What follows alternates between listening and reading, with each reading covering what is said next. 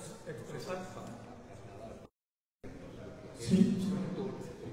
Buenas tardes a todos y a todas.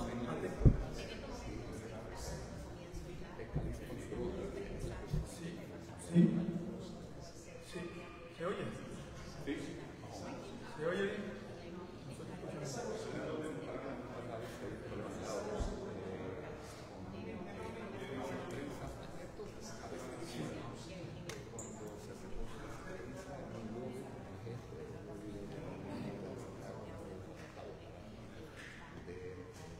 Sí.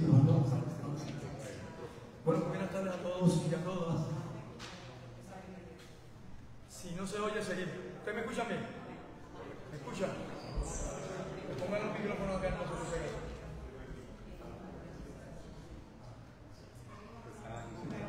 Sí.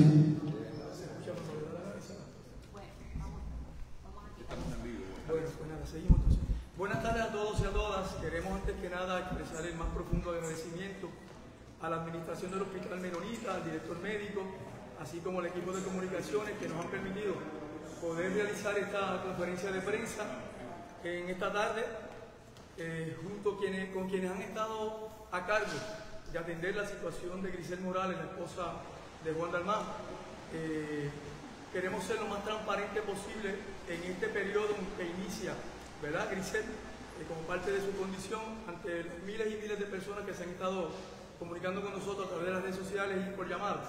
Así que nos acompaña el doctor Rodolfo Elías Alcedo, quien es el jefe de neurociencia de aquí del Hospital Menonita y quien va a estar explicándonos y quien fue también el neurocirujano a cargo de la intervención quirúrgica que se le realizó a Grisel.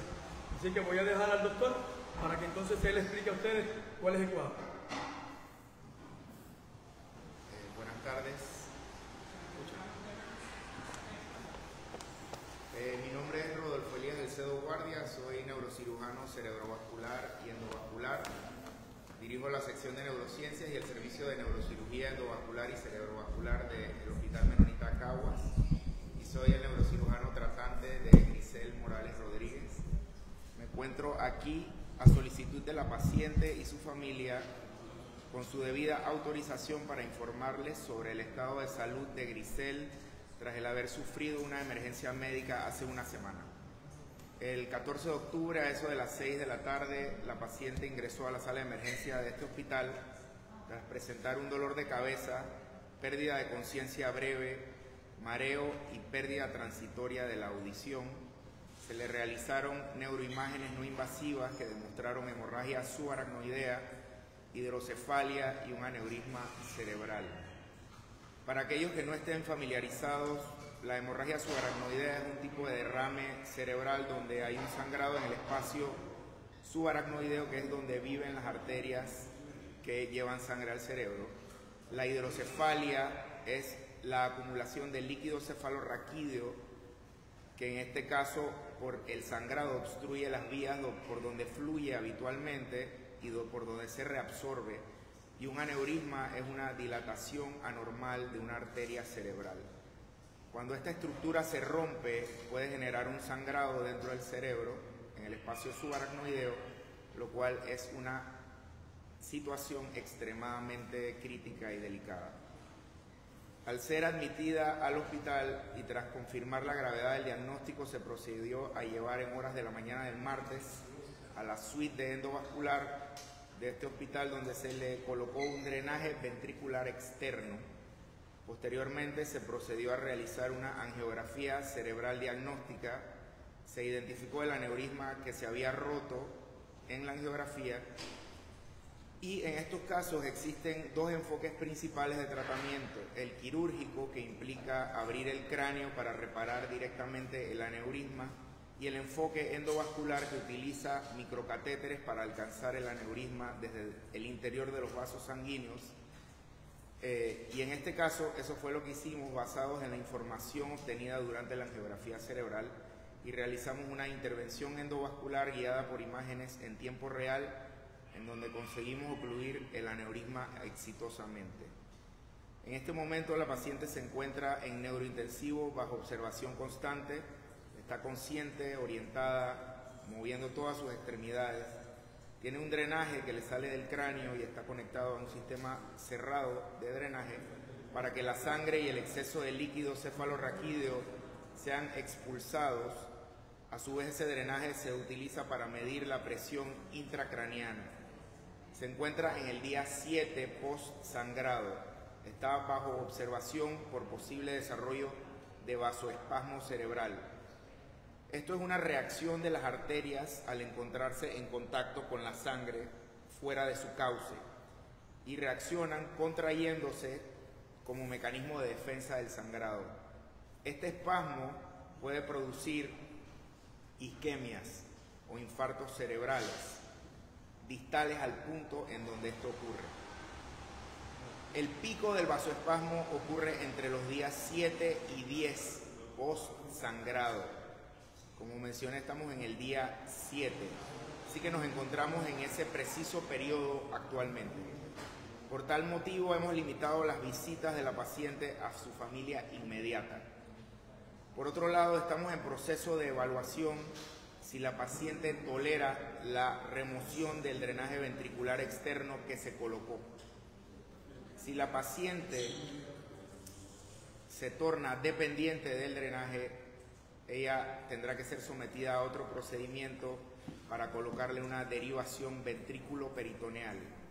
Esto es una cirugía en la que colocamos un sistema de tubos de drenaje conectados a una válvula que va desde el ventrículo del cerebro, conectado a la válvula, y luego drena el líquido en la cavidad peritoneal, en donde es reabsorbido, ya que no puede viajar por la vía habitual.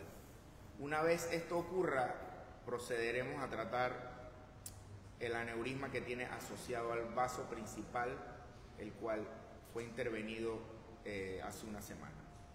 Así que quiero agradecerles nuevamente por su atención y su comprensión. En nombre del equipo médico del Hospital Menonita de Caguas, pedimos respeto por la privacidad de la paciente y su familia durante este proceso, y como comprenderán no puedo brindar más detalles por razones de confidencialidad, pero los dejo con el señor Calixto para cualquier pregunta.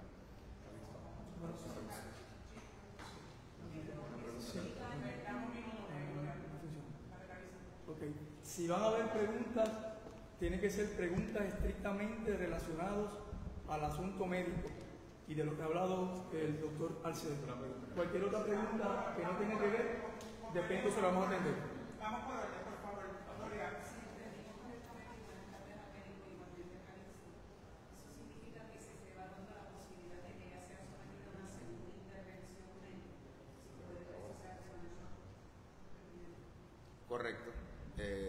Está siendo evaluada para una segunda intervención, una posible tercera, de ser necesario. Preguntas relacionadas Sí, al cuadro clínico, por favor. doctor, a manera de ejemplo, porque sé que la ley lo protege, la operación usted indicó que fue una operación exitosa. ¿A qué se expone un paciente con un tipo de operación similar? ¿A qué se expone una vez finalice todo este proceso? ¿Y cuánto sería el tiempo de recuperación que uno pudiera catalogar como una recuperación total, si es que se puede lograr? Habitualmente los pacientes de hemorragia subaracnoidea tienen una hospitalización entre 14 y 21 días, dependiendo de cómo lleguen al hospital.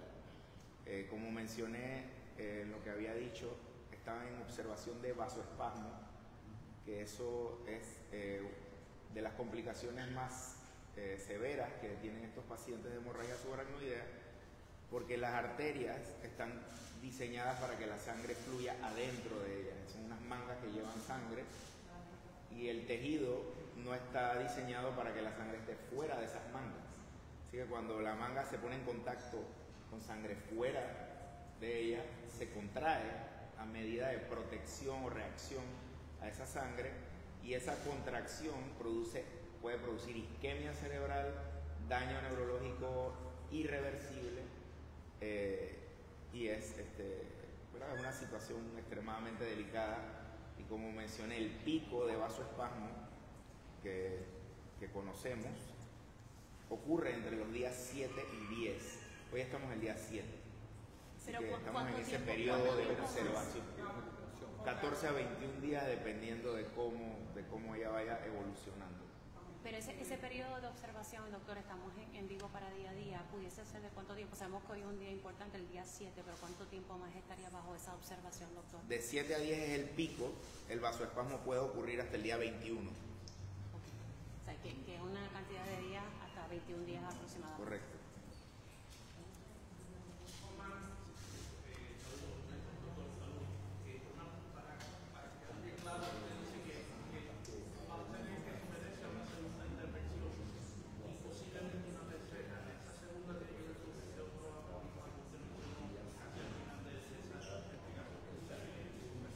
Correcto.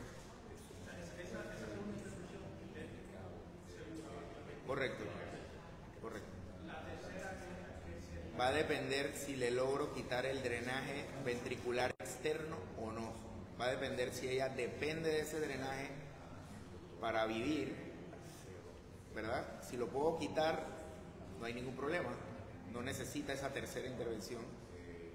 Si ella requiere el drenaje porque su sistema de drenaje natural no está funcionando, se le va a hacer una cirugía que es colocar un drenaje, una derivación ventrículo-peritoneal.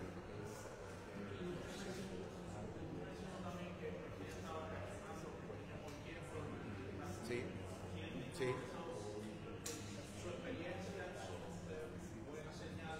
Buenísimo, eso es. No tiene que ver, desafortunadamente ella está estable, está, ¿verdad? Ha pasado estos días bastante bien, consciente, estamos satisfechos con la evolución clínica, pero no tiene nada que ver cómo está ella ahora a cómo ella puede ponerse o si va a necesitar o no esa cirugía de derivación ventrículo-peritoneal.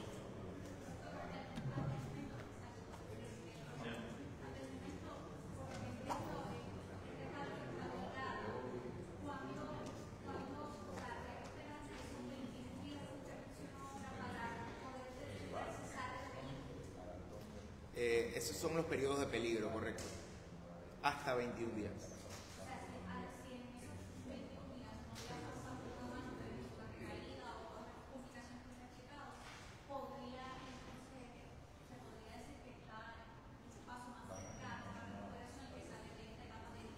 Correcto. Una otra pregunta relacionada al cuarto minuto. Como ella se presenta, que está respondiendo, que está en este proceso de evaluación, ¿verdad? También crea un mecanismo de conciencia de los ciudadanos en Puerto Rico. ¿Qué recomendaciones se pueden ustedes darle a las personas para que tomen conciencia de esta lamentable situación para que no pase en su hogar? El aneurisma cerebral es una condición prevalente en la población. Hay 1 de cada 50 personas tiene un aneurisma cerebral. Es la causa más común de hemorragia subaracnoidea, que es un tipo de derrame hemorrágico, valga la redundancia. Hay tipos de stroke isquémico y tipos de stroke hemorrágico. El 85% son isquémicos, el 15% son hemorrágicos. Dentro de los hemorrágicos hay distintos tipos de stroke. El caso de ella es una hemorragia subaracnoidea y un aneurisma cerebral es el culpable del 80% de las hemorragias subaracnoideas espontáneas. Así que sí, definitivamente es algo que en este hospital atendemos cerca de 100 casos al año de aneurismas. Y la mitad de ellos llegan rotos. Así que los síntomas son muy parecidos a lo que ella experimentó. La gente se queja del peor dolor de cabeza de su vida. Desafortunadamente, el 35-40% no llegan al hospital, mueren en el momento de la ruptura del aneurisma. De los que llegan al hospital, los dividimos en 3 grupos grandes. Un grupo, un 33%, les va muy bien. Un 33% sobreviven con secuelas neurológicas permanentes. y un 33% mueren durante la hospitalización. Esa es la historia natural de esta condición. A nivel cuadro clínico, ya llama ese proceso de stroke porque no está exenta de que pudiese existir una secuela. No está exenta, ella está en el periodo de observación por vasoespasmo, no lo ha desarrollado afortunadamente, pero por eso la tenemos en el neurointensivo, porque es una posibilidad, no estamos fuera de peligro y por eso la mantenemos en el neurointensivo, no es por ningún otro motivo. ¿Cuáles son las complicaciones más habituales que pueden surgir durante esta operación? Sabemos que la posibilidad de que sea intervenida por una tercera ocasión, ustedes han mencionado que lo ven como algo posible. ¿A qué ella se puede exponer? Como he estado mencionando, el periodo actual en el que estamos observándola es de vasoespasmo, que eso es la reacción que expliqué de que las arterias se van como en un mecanismo de defensa, que se van estrechando para evitar que siga el sangrado, y es una reacción a la sangre que está afuera. Ella no está sangrando, ya está el aneurisma asegurado, pero la sangre que quedó afuera hace que se irrite la capa externa de las mangas que llevan sangre, que son las arterias, se pueden contraer, y esa contracción causa isquemia cerebral. Y eso la estamos observando porque si eso ocurre hay que tratar la isquemia cerebral de distintas maneras ¿verdad? Que tenemos las herramientas para tratarlas y por eso la tenemos en el intensivo. Y entonces ella pregunta, o sea, si no ocurre nada de eso, después de los 21 días, ¿se puede decir que salió de la situación? Se puede decir que salió de esta situación. Si no hay más preguntas con el cuadro clínico, pues